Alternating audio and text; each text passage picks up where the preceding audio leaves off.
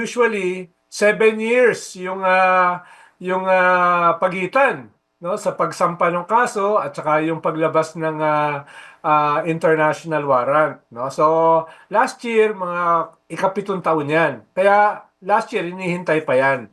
No, siguro medyo tumagal dahil marami silang mga kaso. Halimbawa si Netanyahu sa Israel at saka si Putin sa Russia. Kinasuhan nila. Kaya baka medyo na-delay ng konti.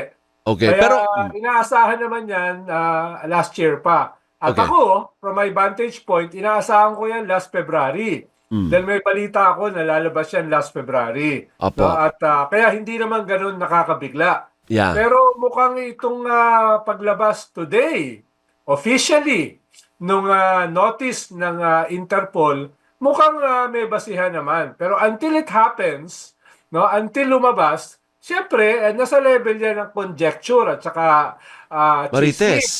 no? Pero mukhang lalabas naman, if not today, this week. No, mukhang malakas naman mukhang mukhang chismis galing kay Doris. Mukhang balance sheet ay mas makakatulong sa kanila. Okay. Dahil yung dati pang sinasabi na crimes against humanity, medyo magkakatotoo na.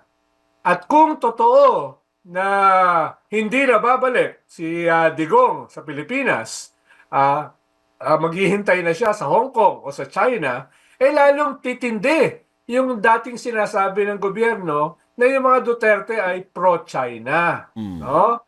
Kaya dalawa na yan, no? Yung crimes against humanity at saka yung pagiging pro-China. Pero magiging malaking factor din na kung totoo na tatakbuhan ni Digong itong kasong ito, talagang sasampalin niya yung kanyang sarili. Dahil sabi niya last year sa Quadcom, ang tagal-tagal naman ng ICC, naiinip na ako, sana bukas na. No?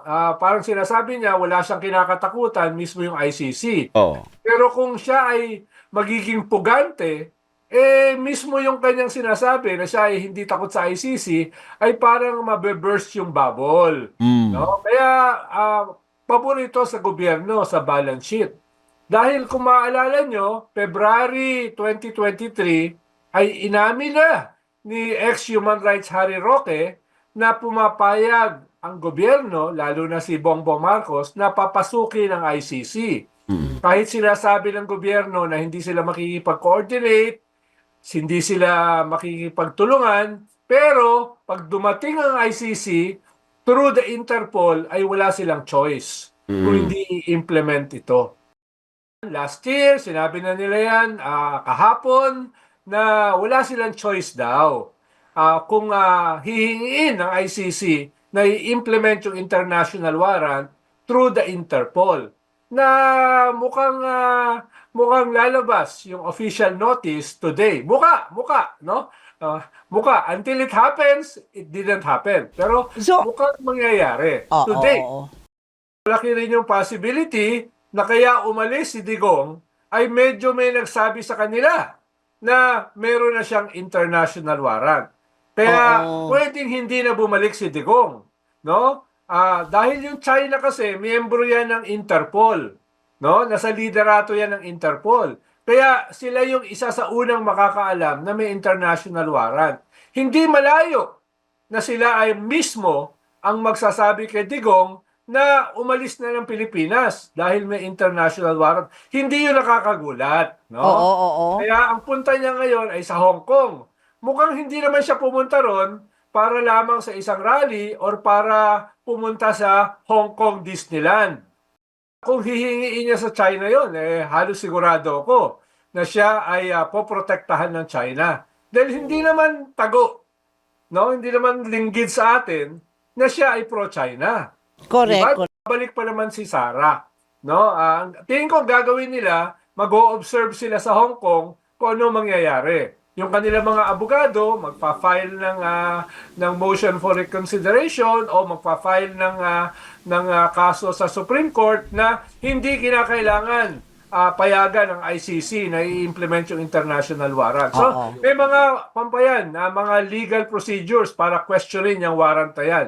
Habang naghihintay sila, naninisigurado sila sa loob ng China. Doon sila maghihintay kung ano magiging resulta niyan. Alright. No? Oo. Ang lalabas dyan, tinatakbuhan niya yung kaso ng crimes against humanity. Yung pinagmamalaki niya na wala siyang kinakatakutan ay medyo sasabog. So yun yung una na magiging epekto sa kanyang kampanya. At tatamaan sigurado rito yung kanyang mga kaalyado, yung kanyang pamilya. Dahil yung kanyang mga kaalyado at yung kanyang pamilya, umangat lang naman yan dahil sa kanya.